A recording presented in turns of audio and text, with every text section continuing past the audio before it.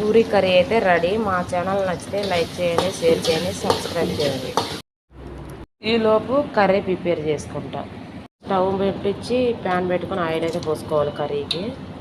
పోపు దినుసులు, ఎండుమిర్చి, ఇప్పుడైతే కొన్ని పచ్చిమిర్చి వేసుకోవాలి. సరిపడా ఉల్లిపాయలు, ఒక కోసాడు, కొంచెం ఉప్పు వేసి బాగా మిక్స్ చేయాలి. ఉప్పు వేస్తే త్వరగా వేగుతాయి, అందుకోసం ఉప్పు వేసేది. ఇప్పుడు చింతపండు పులిహోర చేస్తున్నా చూడండి. ఇట్లా చింతపండు ఉడకబెడుతున్నా.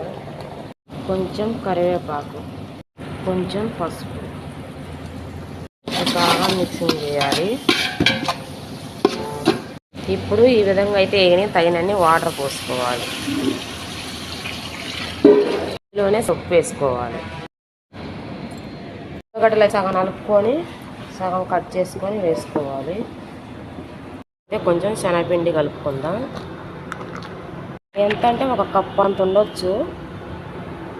ఈ కర్రీకి సీక్రెట్ ఏంటంటే కొంచెం మైదా. ఇది హోటల్లో కూడా మైదా కలుపుతారండి, అందుకోసమే ఎట్టుంటే మనం ఎట్ట కలిపామంటే అట్టే ఉంటుంది. కర్రీ బాగుంటుంది, టేస్ట్ కూడా. మరి ఎక్కువ వేయకూడదు. 2 స్పూన్లు శనగపిండి వేసారంటే 1 స్పూన్ మైదా, అంతే. ఈ విధంగా తేర్లింది. ఆలు అయితే వేసుకుందాం. బాగా ఈ విధంగా అయితే తెరలాలి. ఇప్పుడైతే తేర్లిన తర్వాత ఉప్పు అవి చూసుకొని ఇంత నీళ్ళుగా కలుపుకోవాలి. ఇదైతే వేసుకుందాం కర్రీలో. ఇది వేసినప్పుడు సిమ్లో పెట్టుకొని కలుపుకోవాలి.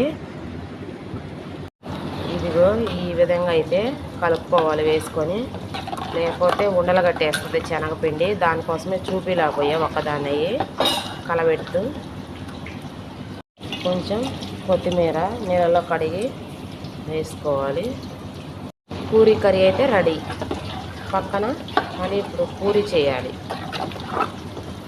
ఇదిగో ఆలు ఫ్రైకి రెడీ చేస్తున్నారు.